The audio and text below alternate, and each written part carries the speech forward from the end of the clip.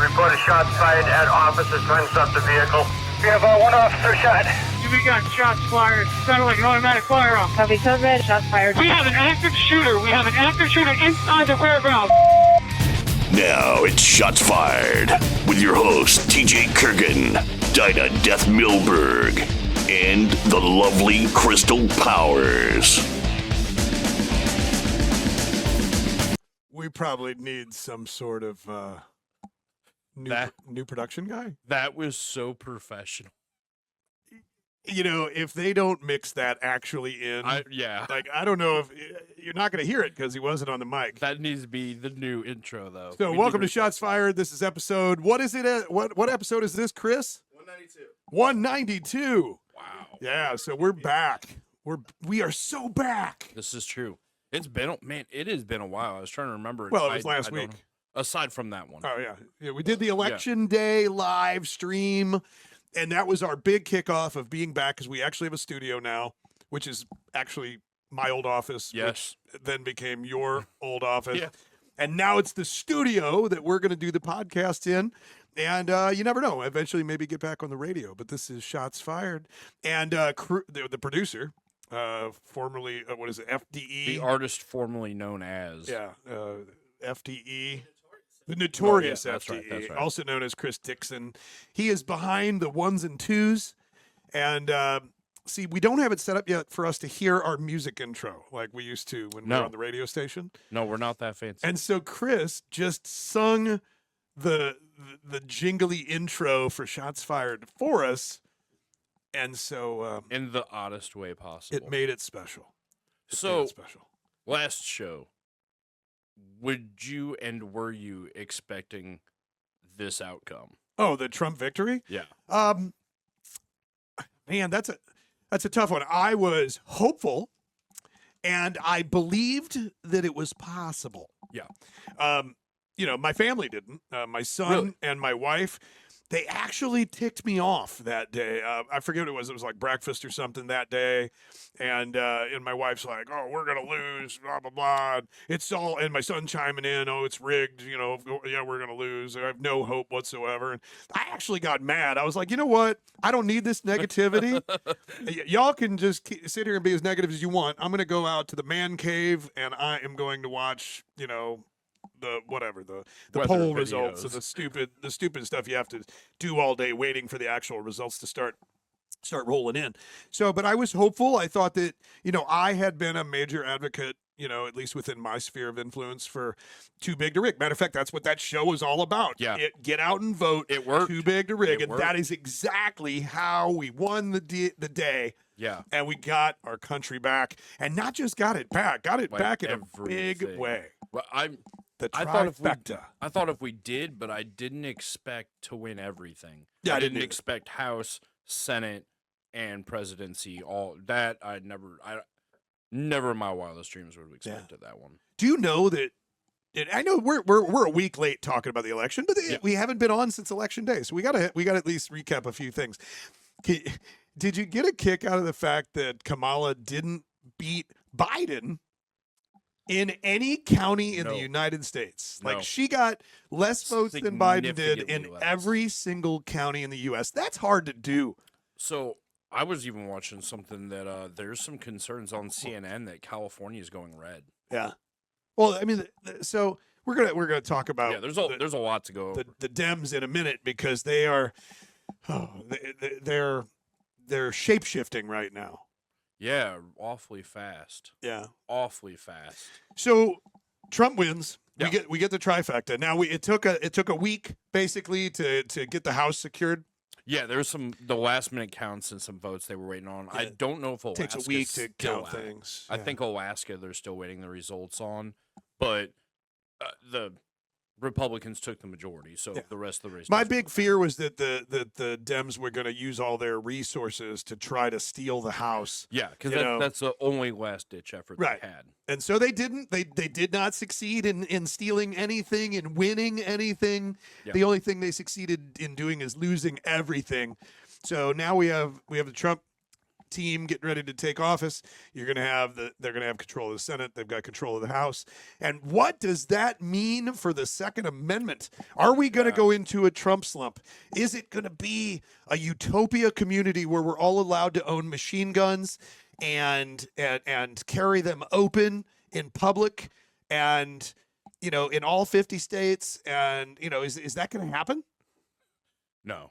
Oh, I would love to sit here and be like, oh, yeah, and, you know, suppressors are going to be just like buying a gun where you walk in, you do your 4473 and leave. No. When you're 18 and you register to vote, you get a free suppressor. That, while I would support that, my hopes on that one are slim to none. And it's not, you know, that I'm just a negative person. It's just I'm a realist in this case, and I see it hard for them to cut free tax money that they've been. I mean, I can only imagine. I'd like to see a figure. I should have looked this up. What that number equates to every year, but it has to be a significant amount. But who's going to collect the tax money if Matt Gaetz gets the nod for Attorney General because he's been nominated? Oh, he is so and vicious. he actually sponsored the bill to defund the ATF. I saw that. So that Abolish, not defund, abolish the ATF. I'll recant my previous statement. While I don't think it's going to happen, I will say if there was ever a time period where I thought it could happen, this would be it. I wish we had, you know, you've got MAGA, right? Make America Great Again. Yeah. You know, you've got MAHA, Make America Healthy Again, which I'm a huge fan of, especially on this show. If you've been listening a long time, you know seed oils are a bigger enemy than communism. Yes. And you can't shoot the seed oils, so your gun can't protect you from the diabetes. True story. It's true. But, you know, we need somebody like RFK Jr. to be nominated to head up the ATF, the director of the ATF. That is an open seat that will be nominated. And matter of fact, there is a voting place right now on RFK's site. If you go to RFK's Instagram, you click on his link. You can go to he's got a site built where you can nominate people and vote for people that are already nominated. Matter of fact, the AK guy, Brandon Herrera, who I voted for. I voted for him as well. Yeah. You know, because I think he has kind of stepped into politics. He ran for a congressional seat. He didn't get it extremely but well. He did well. And you know what? Most well. people lose their first run at Congress. Yeah. It's the second or third when you usually win. It takes two or three bites at that apple to actually get in. And I mean, for all intents and purposes, with a much smaller budget than his opponent, he did absolutely wonderful. I mean, look what Anna Paulina Luna did in Tampa, down in Pinellas County, where I live. You know, she lost her first election. You know, in 2016 or 2020. Yeah. And then the next one, boom, she got it, and then now she's held that seat. Yeah. And doing a fantastic job from what I hear. Oh, absolutely. Yeah, she's something else. A very, very big advocate for the Second Amendment. Yes. Matter of fact, I met Anna Paulina at WAFT, West Orlando Firearms Training. She was there with a typical liberal when he was proposing to his wife on the range. That's right. That day. Were you there with me? No, I remember you telling me about it, though. Yeah. So we need somebody like Brandon Herrera or somebody else. You know, if you have an idea of who should be in charge of the ATF, leave it in the comments. You know, I want to see everybody's ideas. I actually got a call from somebody in the very influential in the Second Amendment asking me if I would give my resume so that they could pass it along. And I'm like, there's no way in heck I would want to be running the ATF. You know, like I do have a law enforcement background. You enjoy alcohol. Yes, I do enjoy alcohol and tobacco. Yeah, and firearms. And I also have a federal firearms license, Yeah. and I've had that for years. And You know, really, that is a solid qualification. I am solidly qualified to be the director. Yeah. However, the HBIC said absolutely not, and I don't want to live in Washington. And you know, this person in the 2A community, that she said, "Well, it's only 4 years, TJ," and I'm like, "Yeah, I'm not doing it. I'm not. Even if it was a serious thing, I'm not there. But if I was that guy, I would go in there and fundamentally change the ATF. You would get taxed if you don't have a suppressor. Yeah, something like that. You know, but no, I think Does the ATF need to exist? No. No. You know, tobacco and alcohol legislation, restrictions, all that enforcement should be done by local and state. Simple as that. There's no reason for that to be a federal department. You know, Firearms, if I was hired to be the director of the ATF, I would just take the F out, all right? Yeah. And just take, leave the alcohol and tobacco, okay? Yeah. And then I would add in porn. So it'd be the ATP, alcohol, tobacco, and porn. Yeah.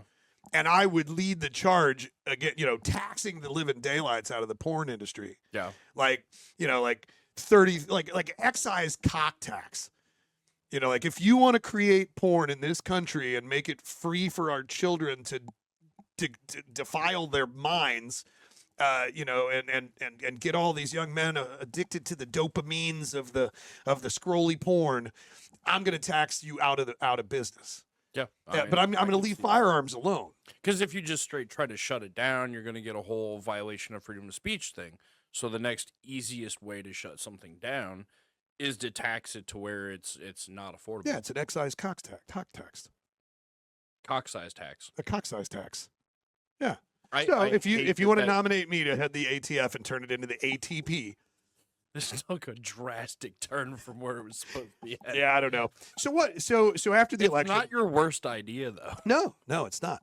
So after the election, what is the current? Where do we see this incredible amount of power and control that fundamentally the right, the pro-gun community has now? How do we see this affecting the Second Amendment moving forward? Personally, I would think that not much is going to change in that realm. Maybe some deregulation. Maybe. Fingers crossed, seeing suppressors is just a simple background check. Not fundamentally, not all that much. What I'd really like is at least the what Trump has talked about the national reciprocity. Yes, that's what I was. That's where I was wanting you to go with this. If just that, I would take that as a win. While I'd love to see the ATF go away, I'd love to see deregulation on machine gun suppressors, SBRs. I would settle for a strong win of national reciprocity. So when I have to go over to shithole Illinois for one reason or another, think about I can that. carry and not worry about getting arrested. Think about that. Nothing's going to change. If national, so the reason I believe that national reciprocity will actually be something that he will do, or at least attempt to do. Okay. Yeah. I believe that he will do that because it is a direct assault on the libtard states and cities like California and Illinois and New York, and because imagine I would love to see. What's his name out in California? Newsom. Gavin Newsom. I would love to see Gavin's face the day that the reciprocity works, right?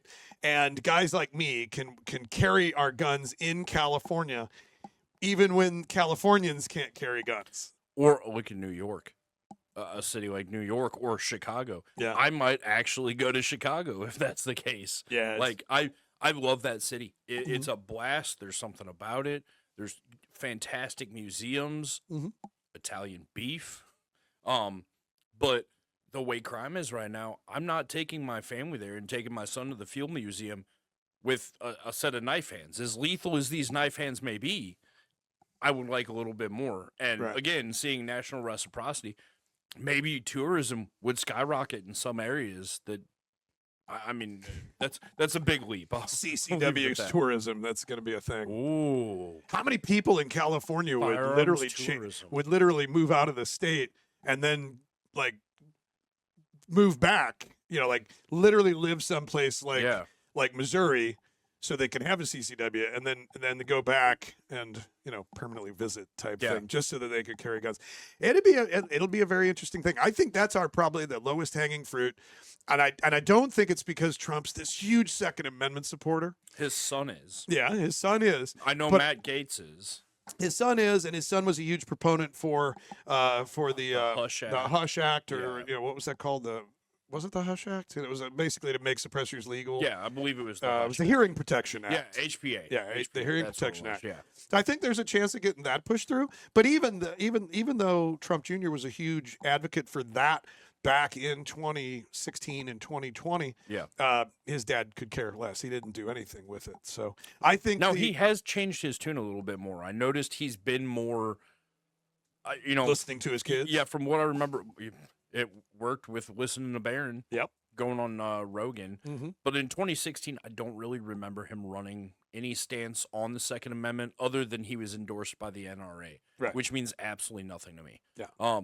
But he has been more vocal in this run, speaking on preserving firearm rights. Now, again, he is the one who passed the bump stock ruling. Mm-hmm. So he's got to gain ground from that. But at the same time, he is no dummy, and he may realize that he did hurt himself among firearm voters with passing that and might have to make up for that. So that does give me hope that some of this might pass in hopes that he wants to save face with gun owners by redeeming himself.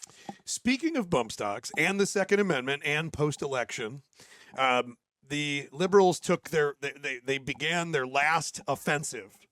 Yeah. Yesterday, I believe, or possibly today. No, it was yesterday. Yesterday, they had a hearing on Capitol Hill with Congress. The Giffords was there, and all the anti-gunners were there in full force with their retarded things to say, and they brought up bump stocks. Yep. They brought up arm braces. I now have lost. Thank you for playing that, because I now have lost IQ points I didn't have to spare listening to that video. Oh yeah, well, let's play it for the audience really quick, because we can do this now that we're not live. That's right. The magic of radio. Right here, Chris is going to inject an actual audio clip of the representative from the Gabby Giffords Foundation talking about how arm braces increase the power and velocity of short-barreled rifles. You learn something new every day. Let's listen. Particularly dangerous to the public. So stabilizing braces are not machine guns. I want to start off by being clear. When we talk about stabilizing braces, we're talking about short-barreled rifles. And short-barreled rifles are more dangerous because they allow a pistol to be shot from the shoulder, which gives it more power and more velocity, and therefore more lethality, but still being concealable in the way that a pistol is because it's smaller. Stabilizing braces were initially designed to allow a shooter to stabilize a handgun on the wrist or forearm. But what started happening was that the gun industry saw a loophole where they began designing stabilizing braces that allowed a shooter to shoot from the shoulder, thereby converting that weapon into a short-barreled rifle, which is regulated under the National Firearms Act, subject to taxation and registration. Mr. Kleckner, what do you think about that? All right, that's enough of that. So, she starts off intelligent, pistol braces are not machine guns. Fish are not people. Yeah. But then it just goes downhill from there that, I was not aware that if I take, we should do a range test now. We should get a chronograph, shoot one magazine of 55 grain M193 ball out of an AR pistol, mm-hmm. An SBR. I've got a registered SBR. Yeah. We'll do it with the buttstock. And according to her, I take that buttstock off. I grab the brace. I put the brace on. What percentage increase of velocity am I going to see? Well, actually, curious. She claims that, like the ATF, she claims that the arm brace makes the gun it makes the pistol an SBR. So I think if we're going to do that comparison video, we really should take a rifle, a regular rifle. Wait. And then compare the velocity, because she says that it creates more power and more velocity when you put the arm brace on it. So we take a regular rifle, 16-inch barrel, 1 in 7 twists, 1 in 8, something like that. And then we get a pistol with an arm brace on it, what they're calling an SBR. We get the chronograph. I'm calling it now. I'll bet you she's wrong. I'm thinking the 16-inch barrel is going to get more velocity and power on the chronograph than the pistol with the arm brace. Oh, this is a hard science. It's science. There's a lot of science there. We should do it. Look, we're being critical here. In reality, she's from the government. Why would she lie to us? Man. So that's the state of the Second Amendment right now. The left just finished up a hearing where they talked about they're scrambling congressional action to ban the bump stock since the Supreme Court said it's not a machine gun. So now the left is trying to make one last ditch effort to ban the bump stock before Trump gets back in office. I don't know if they think it's a sacrificial cow because Trump won't overturn it because it was his own thing anyway. So it kind of, I'm a 4D chess. Right. But either way, and then they're also going after the arm braces, which currently are for sale on our website, just like bump stocks. Yes, sir. Because they are not machine guns. They don't create more power, lethality, more velocity. They don't do any of the things that these idiots say they do. And they're completely legal according to the Supreme Court and the federal court of this land. Yes, Chris, you have your hand up. How can I'm not understanding, how can they have just unbanned the bump stocks so they're legal now, but now they're saying that they're So what Chris is saying, in case his mic's not hooked up yet, is how can if it's just been unbanned, how can they go after banning it? Well, let me answer that for you, Chris. It wasn't banned through legislative action. It was banned through administrative action, which led to the ATF doing their rule change, right, type stuff, which they've done with arm braces. They've done it with FRT triggers. They've done it with bump stocks, you name it. And then, of course, that whole thing went to the Supreme Court. It went through the process of federal court and then en banc federal court and then Supreme Court. And the Supreme Court said, in no uncertain terms, it's not a machine gun. The rule is vacated. Period. It's gone. Now, what they're talking about doing is basically going in and creating law, which is what the ATF tried to do illegally, through doing it through congressional action, which means you have to watch that cartoon about how a bill is made, right? You got to get the bill into the Congress and then into the Senate and then signed by the president. What was that? Schoolhouse Rock? Yeah. Props to them on that one. Made everybody a government official. Yeah. Just minutes. I'm basically a lawyer after watching that. Yeah, no, totally. Yeah. But so, it could be it just because. So the Supreme Court said it's not a machine gun. So Congress can still make it illegal. They can make anything illegal. They can make my pinky finger illegal. If Congress actually writes a law that says pinky fingers are illegal. Yeah. But they can't say it's illegal because it's a machine gun because it's not a machine gun. The Supreme Court ruled on that. So basically what they're trying to do is have the the Congress, enact and push a bill into the Senate that for a quick signing by Biden that says that bump stocks are a dangerous thing and should be illegal. And then the whole process starts over again. It can get appealed and it goes to the appellate court through the court system all the way to the Supreme Court. That once again, nope, you can't. Yeah. But the good news, according to my buddy over at Guns and Gadgets, it's already DOA. This bill is going nowhere. It's really just a dog and pony show. Them trying to make it look like they're trying to do something before they're panicking. Trump gets in. If you'll notice, the White House for like the last 8 months on social media hasn't really posted anything or accomplished anything. Mm-hmm. Out of nowhere, every day I'm seeing the White House, the Biden administration is doing this, then doing this. Like, look, we did stuff, like all at the end. It's quite interesting to watch. And then you read the comments and it was like, yeah, you're already done. No one cares. It's too late. So let's talk about the state of the Democrats. We talked about the state of the Second Amendment. The Democrat Party is an absolute shambles. They are split and divided like I've never seen them. This is going to take multiple election cycles to repair. Oh, absolutely. This is not going to be a quick fix. Yeah, I mean, right now they're trying to scramble so that they're looking 2 years down the road to try to get the House back, but I don't see how. I don't see how either. But what they're doing, what you're seeing is a separation of the progressive left nut job woke people, and the old school Democrats, and they're literally coming out on MSNBC, CNN, Fox News, saying things like, "We need to get rid of the woke leftists. We need to get rid of the Obamas. We need to get rid of the Bidens. They are not in charge anymore." And using like common sense language and stuff when they're talking, because they're trying to get that middle base back, right? Because they lost it. I think they put all their money and overestimated that the far left was a much bigger group. They weren't the biggest group. They're just the loudest group. Right. But somehow they took all the noise they were making to be that they were the majority.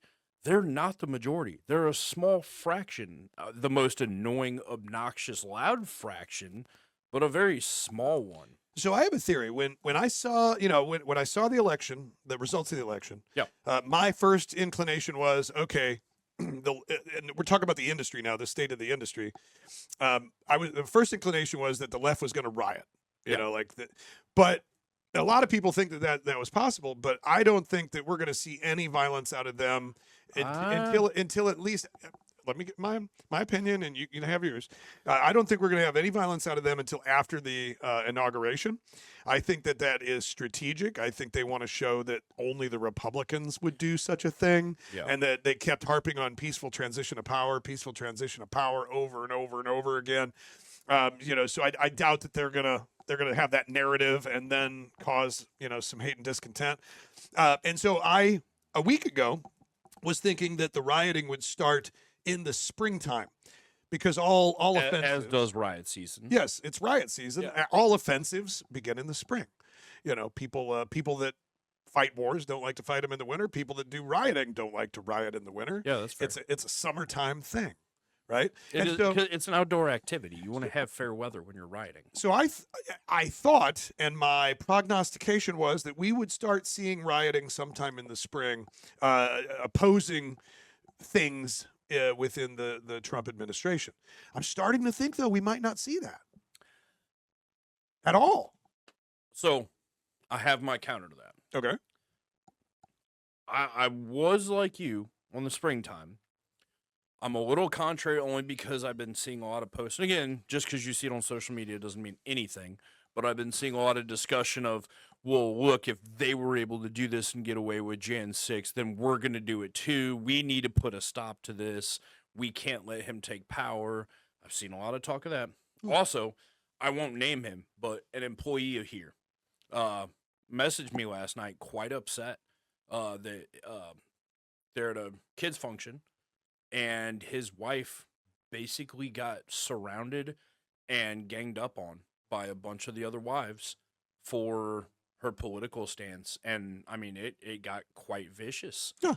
And he was of the same mindset of you, and he has since changed his mindset that maybe this is because they are like a man possessed with. And here's my argument for it. We have had a year plus of them convincing their base that he is Hitler, that we're Nazis. It's the end of democracy. That it's the end of democracy. We're a threat to democracy. We're a threat to freedom. We hate women. We want to take their rights. We're going to make them slaves. Just horrible, horrible things. They have had this brainwashing them for a year straight. They have had their own political officials, our own president, called us garbage. Mm-hmm. Oh, that was strategic, though, to get Trump elected. I agree. But these people do not think logically. They think that they are literally saving democracy, just as brainwashed as I was when I thought I was going to Iraq for a fight for people's freedoms. Right. They are just as brainwashed, and I think they don't blame Trump. Trump is not their enemy at the moment. It's us. We are. And that is the one outlier where I think we could see potential violence is they take it out. There is so much vitriol and hatred. I just don't think the violence to be organized. I agree with you. No, that I don't think it's. I don't think it's going to be wholeheartedly. I don't think it's going to be Soros-funded violence. I don't think it'll be assault. I was completely sold that we were going to see riots like we did, post-COVID. No, this sounds goofy. You know what I think I would be more likely to see? Honestly, a woman getting assaulted in Target by 4 other women. Yeah. I could completely see something like that happen. Somebody taking groceries to their car wearing a MAGA hat and getting jumped in Sam's parking lot. Right. Yeah. Stuff violence. like that. Because it'll be unorganized. And to what you talked about what they've done with their visceral, rhetoric, that is, and I wrote a blog about it years ago called, murder marketing. Yeah. Right. Yeah. So like ISIS was really good at this. If you put out enough videos of murdering Christians and make it look cool, you're going to find that 1/10 of 1% of Americans that is psychotic or sociopathic. And the problem is that their thinks fan that- base already is mentally unstable to begin with. Right. I mean, look at all. So what I think we're going to see is lone wolf attacks, Yep. terrorist attacks, mass shootings, school shootings, event bombings. Church shootings, and things like what you just said, just one-on-one violence because you are seen as the other side. Which I will honestly take large riots. Yeah, it's more damage to a city. But like when Ferguson was erupting, okay, you knew what area to avoid. You probably shouldn't go down New Halls Ferry. You probably shouldn't go down West Florissant. Probably shouldn't go down Market Street. But we did. Yeah, I went anywhere. I don't care. But when it comes down to something like this, it can happen anywhere and will happen anywhere. And not to mention, not even adding in, there's still the however many undocumented aliens who know they're going to be out of here. We didn't even talk about that, the mass deportation. We'll make that our next show. We're going to talk a lot about the mass deportation. And there's a lot coming up. Because that's going to create violence. You think they're going to go easily? Nope. I mean, that's going to be... all these Salvadorian gangs that have already established and have sources of income and revenue coming in. You know what? If I was young, dumb, and full of something, I would probably want to get a job with ICE right now because that's going to be an ass-kicking job. Yeah, you're going to be doing the Lord's work. Yeah, and you're going to be getting dirty. Also, we can do another episode on the fact that Trump is still staying by using special forces to, as he states, and as the wage ICE war against the cartels. Yeah, I welcome that. It's going to get violent. It's going to get bloody on both sides. But so, not to tangent off on a tangent of a tangent, but one theory I did have is right now he is pissed off the FDA, the pharmaceutical companies, the CIA, the DOD, the DOJ, the DEA.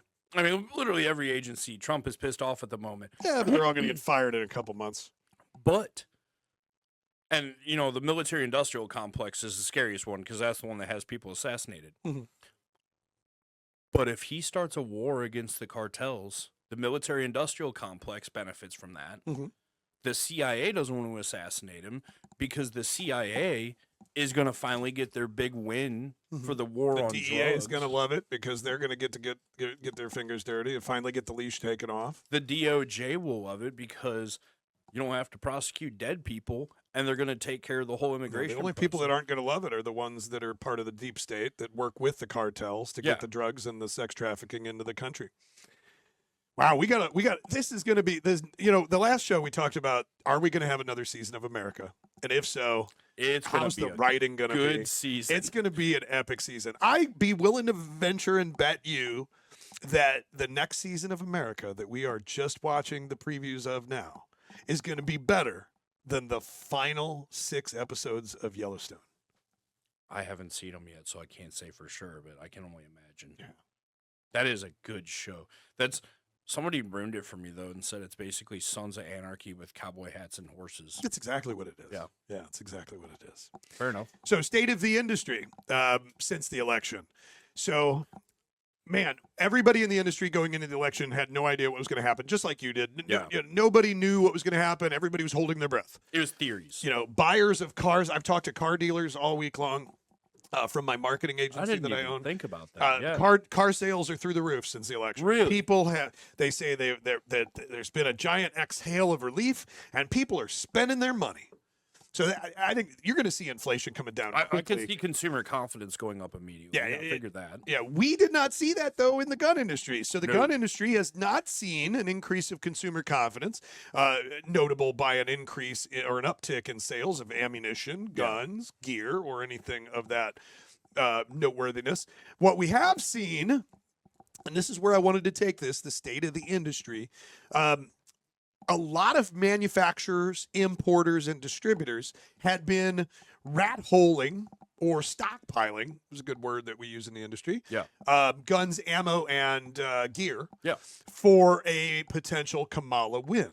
And they were betting on her winning, just like 2016 with Hill Dog. right? So they have piles of guns, piles of ammo, piles of armor, Yeah. and she doesn't win. So what happens? They all wake up the next morning and they're like, We're screwed. "Shit! Yeah. Now what am I going to do with all this stuff?" Nobody's gonna buy this now. No, because we're in the Trump slump. Yeah. That's what they called it in 2016 when he Yep. beat Hillary.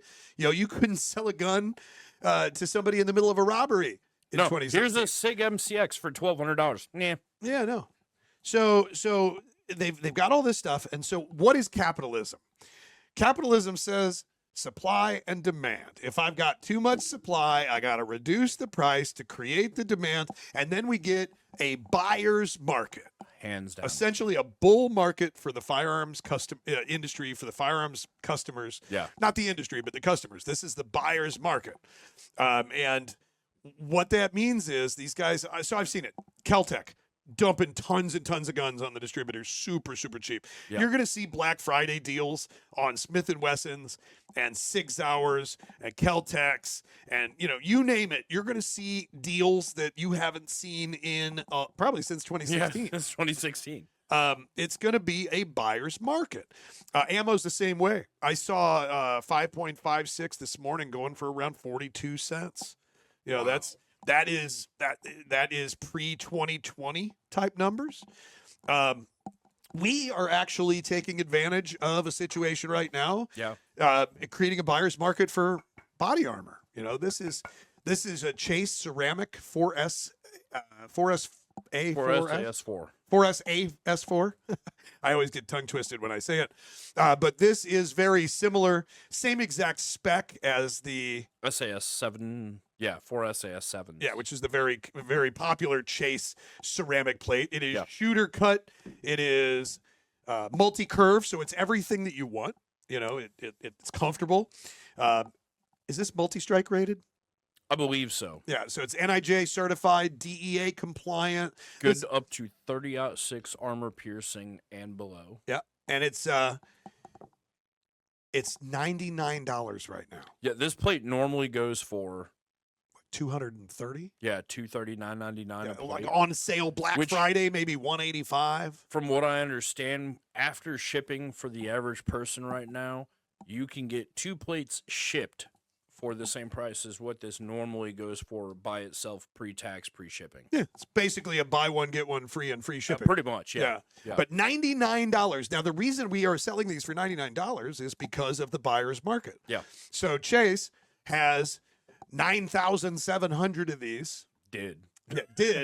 And they said, "Hey TJ, can you help us get rid of these? They're not a model number that's normally sold to the public. It's a Ukraine overrun. We had a government contract with the Ukraine. These are plates that didn't end up going overseas. That battalion got wiped out and no longer needed. And so they wanted us to help move these before December 31st. Why do people want to sell all their gun stockpiles, ammo stockpiles, and armor stockpiles before December 31st? Taxes. Your inventory that is unsold on 12/31, if that's the end of your fiscal year, you have to pay taxes on that inventory. And if you got $800,000 worth of armor sitting around, that's gonna hurt. Yeah.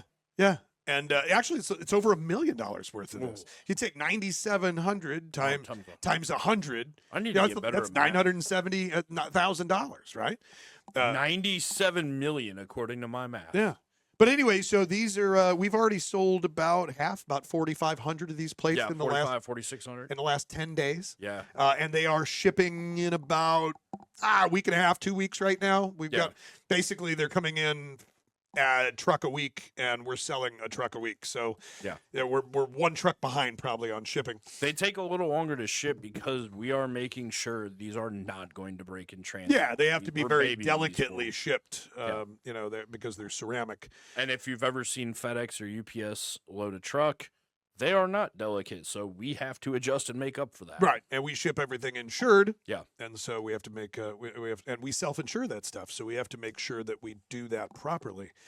But back to the buyer's market. So right now we have the best pricing on armor I've seen in my career. Yeah, hands down. As a warlord for the last You 10 can't even plus buy years. steel plates. Never seen this kind of price before, which is why we're selling 2 plates every 60 seconds. Yeah.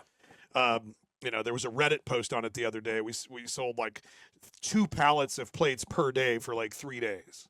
I thought maybe something happened where like I don't know, weird stuff happens sometimes on the internet that like it got cut in half or there was a 50% off coupon we didn't know about or something. Yeah, it's always scary when it we was see just every couple Yeah, seconds. when we see orders every 45 seconds for hours and hours and hours, it gets a little nerve-wracking. I'm in danger. But the good news is Black Friday, you should be seeing the best deals you've seen in a long time, which is why Tactical Shit, we are calling our Black Friday sale, which hasn't started yet. We are calling it the old school Black Friday. Yep. Because we are going to show up at our retail store early that morning. We're going to make breakfast burritos. We're going to shoot rubber dildos out of cannons. We're going to do it like the old days. It'll be fun. And we're going to have door busters. We're going to have website busters. We're going to have deals on guns, ammo, and gear that will be only for Black Friday through Cyber Monday. We're not doing it all month like everybody else, ruining the holiday. Make Black Friday great again. Yeah. That's what we should do. That's exactly what we're going to do. We're going to make Black Friday great again. But anyway, so the industry, we're doing really well with the armor thing. But if we didn't have the armor, I look at sales of guns and I look at sales of ammo. Yeah. And I would say that right now we're probably 20 to 25% off projection. Yeah. Since the election. And I think the entire industry is sharing that sentiment. I think that a lot of people aren't buying ammo. A lot of people aren't buying guns because they don't realize it's a buyer's market yet. What's weird is the one spike we had in store the day after the election. Yeah. It was the oddest thing. I have no explanation for it. It didn't occur online, but we had one of the best sales days in firearms we've had on the retail store the day after the election.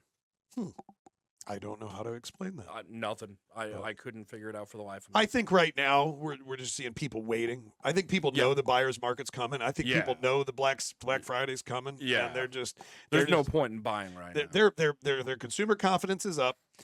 And I think we'll have I'm hoping that we'll have a good 2025. I don't think it'll be, depending on what happens in the world that creates, that puts personal safety, security, and your family's security at the top of your mind. Yep.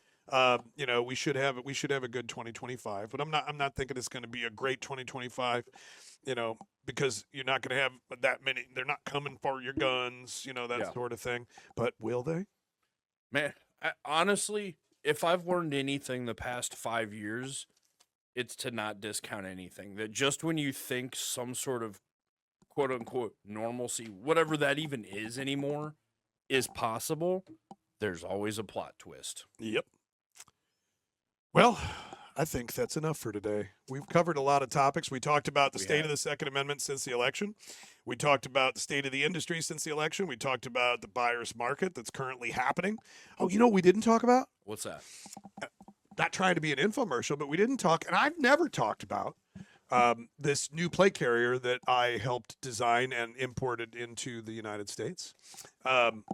Well, I didn't import it. Some licensed importers did on my behalf. I was the investor behind the project. I wanted to bring a tier 1 carrier to our audience that would be more cost effective in these hard to buy steak and gasoline times. Yeah. That still was tier 1 and had the single hand quick releases. Now, we can't call these tubes because somebody owns a patent on that. Of course. That's but this is a very quick disconnect tubular style. Yeah, it's a tubular quick disconnect system, a one-handed disconnect system on both the cummerbund and the shoulder straps. This is not made in China. It's actually made in Serbia. Yes. By Serbian old ladies, that sit there and stitch this stuff one at a time. These are not made by machines. The company that I had make these is actually a contractor for the Serbian military. Yeah. They make all the Serbian SWAT gear, all the Serbian military gear. They also made these tracksuits for us. That is quite stylish. One of these days, I'll tell the story of how I ended up doing business with Vladimir in Serbia, and the awesome story of how he ended up making all this stuff. It took 2 years, to go from concept to actually getting this stuff made and getting it into the United States. But so the stitching is extremely high quality. The Cordura is extremely high quality. I don't know if it's actually Cordura. I probably shouldn't say that, but the padding is upgraded. Yeah. But the thing that I like, real well. the thing that I like the most about this plate carrier is the fact that, and I've never seen this before, it comes as is with level 3A body armor inserts included. Yeah, typically you're just getting the carrier. Right. So you get a plate carrier, and then you have to go buy some plates to put in it. This plate weighs 7.2 pounds. Yep. So you put 7.2 on the front, 7.2 on the back. Now you're 14.4 pounds. You know, and if you want to take that armor off because it's been a long day, you want to take the plates out, this carrier actually allows you to still have handgun pistol ammunition protection. Yeah. While you're taking the plates out. Or if you're in a lower threat area where you don't need rifle plates, but you still want to have armor, you've still got the soft armor option for you LE folks out there. Also comes with this awesome administrative pouch with Molly on it, and the you can hinge fit swivels. 4 packs of Skittles and 2 packs of Reese's in there, by the way. Seriously? Yeah. So one thing my son pointed out, and a lot of our employees didn't even know. So this comes with the level 3A body armor in it, right? Yeah. We just discussed that. And so that's what this is here. It kind of looks like a trash bag around something, because what it is this is polyethylene, right? So this is level 3A polyethylene. And according to Sparta Armor, which made this armor, this is level 3A NIJ 010104. So it is NIJ rated. I don't know if that's certified, but NIJ rated 3A body armor. And the coolest part is that the 3A is always there. You can fit your plate in while the 3A is in there, and then the 3A acts as additional cushion. Yeah. It's like a trauma pad built into it. It's basically a built-in trauma pad. Yeah. So now I've got level 4 plates, rifle protection body armor, sitting on top of level 3A. Yep. So I'm out doing some hood rat stuff with my friends. So does that make it level 7A? 7A, yeah. So if I'm out doing hood rat stuff with my friends, and I'm hot, I'm sweaty, I'm back behind the wire, and I'm in a safe environment or semi-safe environment, I can pull out my plates and still not get shot when somebody drops their SIG in front of me and it pops me in the chest. Yep. Right? Wow. Yeah, So, that's a sad fact of life. Another fact that people don't know about these, especially for law enforcement, so this carrier comes with the 3A in it, right? You can also get ultralight in conjunction with 3+ or 4 plates. Yeah. And run them, 3+.